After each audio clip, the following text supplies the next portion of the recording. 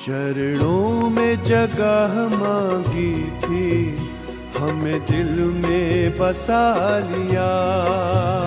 चरणों में जगह मांगी थी, हमें दिल में बसा लिया। थे एक नजर के प्यासे, नजरों में समा लिया। आपका शुक्रिया, आपका शुक्रिया, आपका शुक्रिया, आपका शुक्रिया।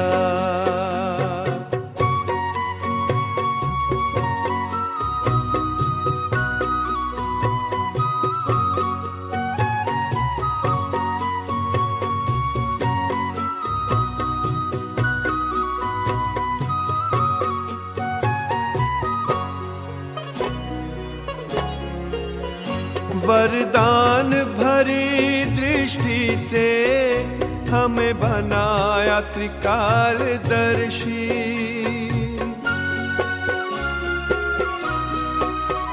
वरदान भरी दृष्टि से हमें बनाया त्रिकालदर्शी। जन्मों के पुण्य फले हैं, प्रभु दया है इतनी बरसी।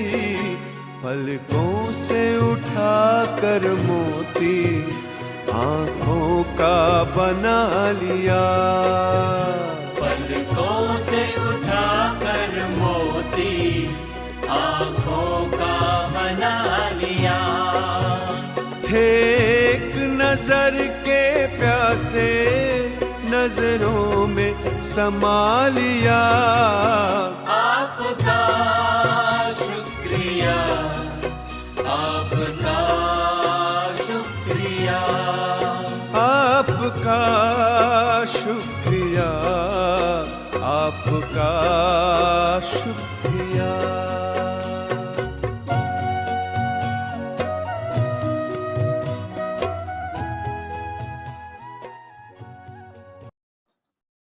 ओम शांति। आज 12 सितंबर 2021, अव्यक्त बाप दादा, रिवाइज 19 मार्च 1988। बाबा के महावाक्य है, याद में रमणीकता लाने की युक्तियां। याद में रमणीकता लाने की युक्तियां। आज विधाता वरदाता बाप दादा अपने मास्टर विधाता वरदाता बच्चों को देख रहे हैं। हर एक बच्चा विधाता भी बने हो तो वरदाता भी बने हो। साथ साथ बाप दादा देख रहे थे कि बच्चों का मर्तबा कितना महान है, इस संगम युग के ब्राह्मण जीवन का कितना महत्व है। विधाता वरदाता के साथ विधि विधाता भी आप ब्राह्मण हो। आपकी हर विधि सतयुग में कैसे परिवर्तित होती है वह पहले सुनाया है। इस समय के हर कर्म की विधि भविष्य में चलती ही है, लेकिन द्वापर के बाद भी भक्ति मार्ग में इस समय के श्रेष्ठ कर्मों की विधि भक्ति मार्ग की विधि बन जाती है। तो पूज्य रूप में भी इस समय की विधि जीवन के श्रेष्ठ विधान के रूप में चलती है। इस समय की विधि जीवन के श्रेष्ठ विधान के रूप में चलती है। और पुजारी मार्ग अर्थात भक्ति मार्ग में भी आपकी हर विधि रीति व नीति से चलती आती है। तो विधाता वरदाता और विधि विधाता भी हो। आपके मूल सिद्धांत सिद्धि प्राप्त होने के साधन बन जाते हैं। जैसे मूल सिद्धांत बाप एक है, धर्म आत्माएं महान आत्माएं अनेक हैं, लेकिन परम आत्मा एक है। इसी मूल सिद्धांत द्वारा आधा कल्प आप श्रेष्ठ आत्माओं को एक बाप के द्वारा प्राप्त हुआ वर्षा सिद्धि के रूप में प्राप्त होता है ना। सत्युग त्रेता में कोई प्राप्ति के लिए मेहनत नहीं करनी पड़ती है, स्वतः वो सारी चीजें प्राप्त होती हैं। प्रारब्ध मिलना अर्थात सिद्धि स्वरूप बनना, क्योंकि एक बाप है, बाकी महान आत्माएं व धर्म आत्माएं बाप नहीं है, भाई भाई है। वर्षा बाप से मिलता है, भाई से नहीं मिलता। तो इस मूल सिद्धांत द्वारा आधा कल्प आपको सिद्धि प्राप्त होती है, और भक्ति में भी गॉड इज वन। यही सिद्धांत सिद्धि प्राप्त करने का आधार बनता है। भक्ति का आदि आधार भी एक बाप के शिवलिंग रूप से आरंभ होता है, जिसको कहा जाता है अव्यभिचारी भक्ति, है ना। बाबा ने कहा द्वापर की शुरुआत में भी एक शिव की ही भक्ति होगी, जहां तहां शिवलिंग बनेंगे और शिव की पूजा होती है। तो भक्ति मार्ग में भी इसी एक सिद्धांत द्वारा ही सिद्धि प्राप्त होती है कि बाप एक है। ऐसे जो भी आपके मूल सिद्धांत है, उस एक एक सिद्धांत द्वारा सिद्धि प्राप्त होती रहती है। जैसे इस जीवन का मूल सिद्धांत पवित्रता है, इस पवित्रता के सिद्धांत द्वारा आप आत्माओं को भविष्य में सिद्धि स्वरूप के रूप में लाइट का ताज सदा ही प्राप्त है, जिसका यादगार रूप डबल ताज दिखाते हैं। और भक्ति में भी जब भी यथार्थ और दिल से भक्ति करेंगे तो पवित्रता के सिद्धांत को मूल आधार समझेंगे और समझते हैं कि सिवाय पवित्रता के भक्ति की सिद्धि प्राप्त नहीं हो सकती है। चाहे अल्पकाल के लिए जितना समय भक्ति करते हैं उतना समय ही पवित्रता को अपनाएं, लेकिन पवित्रता ही सिद्धि का साधन है। इस सिद्धांत को अपनाते अवश्य है। यात्रा पर भी निकलेंगे तो कम से कम उतना दिन तो ध्यान रखते हैं कि हमें पवित्र रहना है। इसी प्रकार हरि ज्ञान का सिद्धांत व धारणा का मूल सिद्धांत बुद्धि से सोचो कि हर एक सिद्धांत सिद्धि का साधन कैसे बनता है या मनन करने का काम दे रहे हैं। जैसे दृष्टांत सुनाया, इसी प्रकार से सोचना, तो आप विधि विधाता भी बनते हो, सिद्धि दाता भी बनते हो। इसलिए आज तक भी जिन भक्तों को जो जो सिद्धि चाहती है, वो भिन्न भिन्न देवताओं द्वारा भिन्न भिन्न सिद्धि प्राप्त करने के लिए उन्हीं देवता की पूजा करते हैं। तो सिद्धि दाता बाप द्वारा आप भी सिद्धि दाता बनते हो, ऐसा अपने को समझते हो ना, है ना। जिस विशेषता को हम जीवन में धारण करते हैं, उसी विशेषता के लिए विशेष तौर पर हम पूजे जाते हैं। जिनको स्वयं सर्व सिद्धियां प्राप्त हैं, वही औरों को भी सिद्धि प्राप्त कराने के निमित्त बन सकते हैं। सिद्धि खराब चीज नहीं है, क्योंकि आपकी रिद्धि सिद्धि नहीं है। रिद्धि सिद्धि जो होती है वह अल्पकाल के लिए प्रभावशाली होती है, लेकिन आपकी यथार्थ विधि द्वारा सिद्धि है। ईश्वरीय विधि द्वारा जो सिद्धि प्राप्त होती है, वह सिद्धि भी ईश्वरीय सिद्धि है। जैसे ईश्वर अविनाशी है, तो ईश्वरीय विधि और सिद्धि भी अविनाशी है।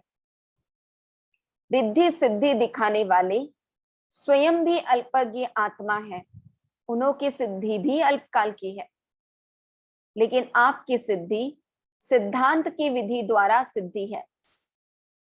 इसलिए आधा कल्प स्वयं सिद्धि स्वरूप बनते हो और आधा कल्प आपके सिद्धांत द्वारा भक्त आत्माएं यथाशक्ति तथा फल की प्राप्ति व सिद्धि की प्राप्ति करते आते हैं, क्योंकि भक्ति की शक्ति भी समय प्रमाण कम होती आती है ना। बाबा कहते द्वापर की शुरुआत में भक्ति में जो बल था, शक्ति थी, वो आज नहीं है। सतो प्रधान भक्ति की शक्ति भक्त आत्माओं को सिद्धि की अनुभूति आजकल के भक्तों से ज्यादा कराती है, क्योंकि उनकी भावनाएं भी ज्यादा शुद्ध और श्रेष्ठ थी। इस समय की भक्ति तमो प्रधान भक्ति होने के कारण न यथार्थ सिद्धांत रहा है, न सिद्धि रही है। तो इतना नशा रहता है कि हम कौन हैं, सदा इस श्रेष्ठ सोमान की स्थिति की सीट पर सेट रहते हो। कितनी ऊंची सीट है। जब इस स्थिति की सीट पर सेट यानी स्थिर रहते हो तो बार बार अपसेट यानी अस्थिर नहीं होंगे। यह पोजीशन है ना, कितना बड़ा पोजीशन है। विधि विधान सिद्धि दाता, है ना, कितना बड़ा पोजीशन है। विधि विधान सिद्धि दाता। तो जब इस पोजीशन में स्थित होंगी तो माया ऑपोजिशन नहीं करेगी, सदा ही सेफ रहेंगे। अपसेट होने का कारण ही यह है कि अपनी श्रेष्ठ स्थिति की सीट से साधारण स्थिति में आ जाते हो। याद में रहना व सेवा करना एक साधारण दिनचर्या बन जाती है। लेकिन याद में भी बैठते हो तो अपने कोई ना कोई श्रेष्ठ सोमान की सीट पर बैठो। सिर्फ ऐसे नहीं कि याद के स्थान पर, चाहे योग के कमरे में, चाहे बाबा के कमरे में, बेड से उठकर बैठ गए, वहां सारे दिन में जाकर बैठ गए। लेकिन जैसे शरीर को योग्य स्थान देते हो वैसे पहले बुद्धि को स्थिति का स्थान दो। बाबा कहते जैसे शरीर को योग्य स्थान देते हो वैसे बुद्धि को स्थिति का स्थान दो।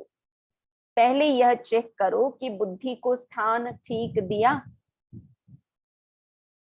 तो ईश्वरीय नशा सीट से स्वतः ही आता है। आजकल की कुर्सी का नशा कहते हैं ना, आपका तो श्रेष्ठ स्थिति का आसन है। कभी मास्टर बीज रूप की स्थिति के आसन पर सीट पर सेट हो, कभी अव्यक्त फरिश्ते की सीट पर सेट हो, कभी विश्व कल्याणकारी स्थिति की सीट पर सेट हो। ऐसे हर रोज भिन्न भिन्न स्थिति के आसन पर व सीट पर सेट होकर बैठो। अलग अलग सोमान की सीट पर सेट होकर बैठो। अगर किसी को भी सीट सेट नहीं होती है तो हलचल करते हैं ना, कभी ऐसा करेंगे कभी वैसा करेंगे। तो यह बुद्धि भी हलचल में तब आती है जब सीट पर सेट नहीं होते। जानते तो सब हैं कि हम यह हैं। अगर अभी ये पूछे कि आप कौन हैं तो लंबी लिस्ट अच्छी निकल आएगी। लेकिन हर समय जो जानते हो वह अपने को मानो। क्या कहते बाबा, जो जानते हो वह मानो, सिर्फ जानो नहीं मानो। क्योंकि जानने से सूक्ष्म में खुशी तो रहती है, हाँ मैं यह हूं, लेकिन मानने से शक्ति आती है और मानकर चलने से नशा रहता है। जैसे कोई भी पोजीशन वाले जब सीट पर सेट होते हैं तो खुशी होगी लेकिन शक्ति नहीं होगी।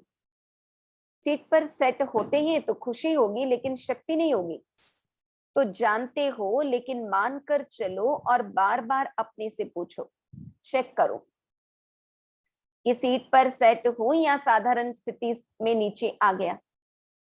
जो औरों को सिद्धि देने वाले हैं वह स्वयं हर संकल्प में, हर कर्म में सिद्धि स्वरूप अवश्य होंगे, दाता होंगे। सिद्धि दाता कभी यह सोच भी नहीं सकते कि जितना पुरुषार्थ करते हैं वह मेहनत करते हैं इतनी सिद्धि दिखाई नहीं देती है। वह जितना याद में अभ्यास करते हैं उतनी सिद्धि नहीं अनुभव होती है। इससे सिद्ध है कि सीट पर सेट होने की विधि यथार्थ नहीं है, रमणीक ज्ञान है। रमणीक अनुभव स्वतः ही सुस्ती को भगा देता है। यह तो कई कहते हैं ना, वैसे नींद नहीं आएगी लेकिन योग में नींद अवश्य आएगी। यह क्यों होता है?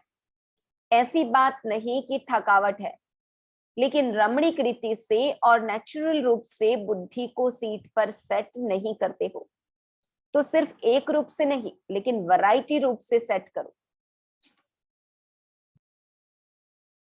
वही चीज अगर वैरायटी रूप से परिवर्तन कर यूज करते हैं तो दिल खुश होती है, चाहे बढ़िया चीज हो।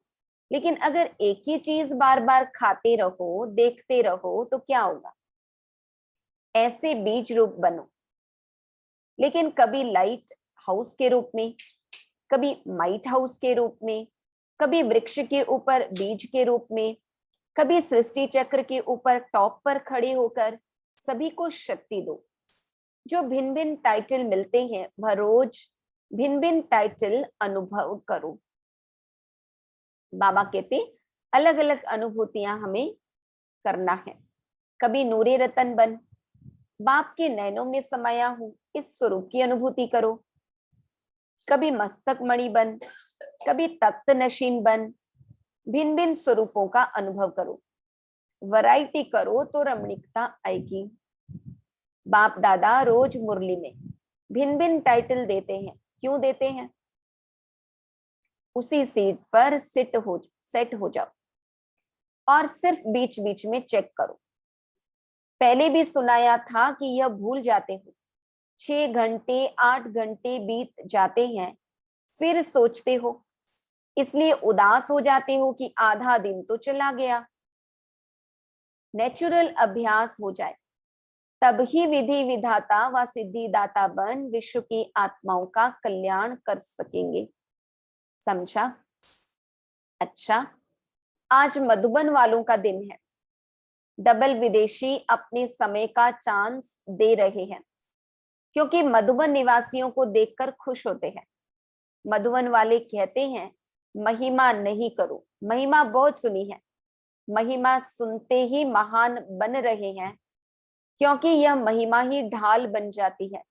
जैसे युद्ध में सेफ्टी का साधन ढाल होती है ना, तो यह महिमा भी स्मृति दिलाती है कि हम कितने महान हैं। मधुबन सिर्फ मधुबन नहीं है, लेकिन मधुबन है विश्व की स्टेज। मधुबन में रहना अर्थात विश्व की स्टेज पर रहना। तो जो स्टेज पर रहता है वह कितना अटेंशन से रहता है। साधारण रीति से कोई किसी भी स्थान पर रहता है तो इतना अटेंशन नहीं रहता है, लेकिन जब स्टेज पर आएगा तो हर समय हर कर्म पर इतना ही अटेंशन होगा। तो मधुबन विश्व की स्टेज है। चारों ओर की नजर मधुबन के ऊपर ही है। वैसे भी सबका अटेंशन स्टेज की तरफ जाता है ना, तो मधुबन निवासी सदा विश्व की स्टेज पर स्थित है। साथ साथ मधुबन एक विचित्र गुंबज है और गुंबज जो होते हैं उसका आवाज अपने तक आता है, लेकिन मधुबन ऐसा विचित्र गुंबज है जो मधुबन का जरा सा आवाज विश्व तक चला जाता है। जैसे आजकल के पुराने जमाने के कई ऐसे स्थान निशानी मात्र हैं जो एक दीवार को अगर ऐसे हाथ लगाएंगे व आवाज करेंगे तो 10 दीवारों में वह आवाज आएगा, है ना। कई किलों में अभी भी वो चीज है। तो बाबा कहते हैं और ऐसे ही सुनाई देगा जैसे इस दीवार को कोई हिला रहा है या आवाज कर रहा है। तो मधुबन ऐसा विचित्र गुंबज है जो मधुबन का आवाज सिर्फ मधुबन तक नहीं रहता, लेकिन चारों ओर फैल जाता है। सेंटर्स भी क्या मधुबन को ही कॉपी करते हैं ना, तो इसलिए मधुबन में सब कुछ जितना आदर्श रहता है तो ऑटोमेटिकली वही आदर्श चारों तरफ चलता है। तो बाबा कहते ऐसे फैलता है जो मधुबन में रहने वालों को पता भी नहीं होगा, लेकिन बाकी सब जगह सेंटरों पर बात पहुंच जाएगी। बाबा कहते लेकिन विचित्रता है ना, इसलिए बाहर पहुंच जाता है। इसलिए ऐसे नहीं समझो कि यहाँ देखा या यहाँ बोला, लेकिन विश्व तक आवाज हवा की रफ्तार से पहुंच जाता है, क्योंकि सबकी नजरों में बुद्धि में सदा मधुबन और मधुबन का बाप दादा ही रहता है। तो जब मधुबन का बाप नजरों में रहता है तो मधुबन भी आएगा ना। मधुबन का बाबा है तो मधुबन तो आएगा। और मधुबन में सिर्फ बाबा तो नहीं है, बच्चे भी हैं। तो मधुबन वासी स्वतः ही सबकी नजरों में आ जाते हैं। कोई भी ब्राह्मण से पूछो, चाहे कितना भी दूर रहता हो, लेकिन क्या याद रहता है? मधुबन और मधुबन का बाबा। तो इतना महत्व है मधुबन वासियों का। समझा? अच्छा, चारों ओर के सर्व सेवा के उमंग उत्साह में रहने वाले, सदा एक बाप के स्नेह में समाये हुए, सदा हर कर्म में श्रेष्ठ विधि द्वारा सिद्धि को अनुभव करने वाले, सदा स्वयं को विश्व के कल्याणकारी अनुभव कर हर संकल्प से बोल से श्रेष्ठ कल्याण की भावना और श्रेष्ठ कामना से सेवा में बिजी रहने वाले ऐसे बाप समान सदा अथक सेवाधारी बच्चों को बाप दादा का याद प्यार और नमस्ते। हम रूहानी बच्चों की रूहानी बाप दादा को याद प्यार गुड मॉर्निंग और नमस्ते। पर्सनल मुलाकात। स्वयं को कर्म योगी श्रेष्ठ आत्मा अनुभव करते हो। कर्म योगी आत्मा सदा कर्म का प्रत्यक्ष फल स्वतः ही अनुभव करती है। प्रत्यक्ष फल खुशी और शक्ति। तो कर्म योगी आत्मा अर्थात प्रत्यक्ष फल खुशी और शक्ति अनुभव करने वाली है ना। यदि कर्म करते समय बाबा की याद है तो उस कर्म करने में खुशी भी होगी और शक्ति भी मिलेगी। बाप सदा बच्चों को प्रत्यक्ष फल प्राप्त कराने वाले हैं। अभी अभी कर्म किया, कर्म करते खुशी और शक्ति का अनुभव किया, तो ऐसी कर्म योगी आत्मा हो, इसी स्मृति से आगे बढ़ते रहो। बेहद की सेवा करने से बेहद की खुशी का स्वतः ही अनुभव होता है ना। बेहद का बाप बेहद का अधिकारी बनाते हैं। बेहद सेवा का फल, बेहद का राज्य भाग्य स्वतः ही प्राप्त होता है। जब बेहद की स्थिति में स्थित होकर सेवा करते हो तो जिन आत्माओं के निमित्त बनते हो उनकी दुआएं स्वतः आत्मा में शक्ति और खुशी की अनुभव कराती है। बाबा कहते बेहद भावना रख के बेहद स्थिति में स्थित होकर सेवा करते तो जिनकी सेवा करती उनकी दुआएं जरूर मिलती हैं और उसी से शक्ति और खुशी अनुभव होती है। एक स्थान पर बैठे भी बेहद सेवा का फल मिल रहा है। इस बेहद के नशे से बेहद का खाता जमा करते आगे बढ़ते चलो। वरदान। सेकंड में देह रूपी चोले से न्यारा बन कर्म भोग पर विजय प्राप्त करने वाले सर्व शक्ति संपन्न भव। बाबा कहते जब कर्म भोग का जोर होता है ना, कोई बीमारी आती है, कर्मेंद्रियां कर्म भोग के वश अपनी तरफ आकर्षित करती हैं। अर्थात जिस समय बहुत दर्द हो रहा हो ऐसे समय पर कर्म भोग को कर्म योग में परिवर्तन करने वाले साक्षी हो कर्मेंद्रियों से भुगवाने वाले ही सर्व शक्ति संपन्न अष्ट रत्न विजयी कहलाते हैं। इसके लिए बहुत समय का देह रूपी चोले से न्यारा बनने का अभ्यास हो। बाबा कहते जितना न्यारापन का अभ्यास होंगे उतना कर्म भोग के समय भी डिटैच होकर कर्म योगी बनकर उस कर्म भोग को पास कर सकेंगे। यह वस्त्र दुनिया की व माया की आकर्षण में टाइट अर्थात खींचा हुआ न हो तब सहज उतरेगा। सेकेंड में देह रूपी चोले से न्यारा बन कर्म भोग पर विजय प्राप्त करने वाले सर्व शक्ति संपन्न भव। श्लोगन। सर्व का मान प्राप्त करने के लिए निर्माण चित्त बनो। निर्माणता महानता की निशानी है। सर्व का मान प्राप्त करने के लिए निर्माण चित्त बनो। बाबा ने कहा निर्माणता महानता की निशानी है। जो जितने महान होते हैं वो उतने नम्र होते हैं। ओम शांति।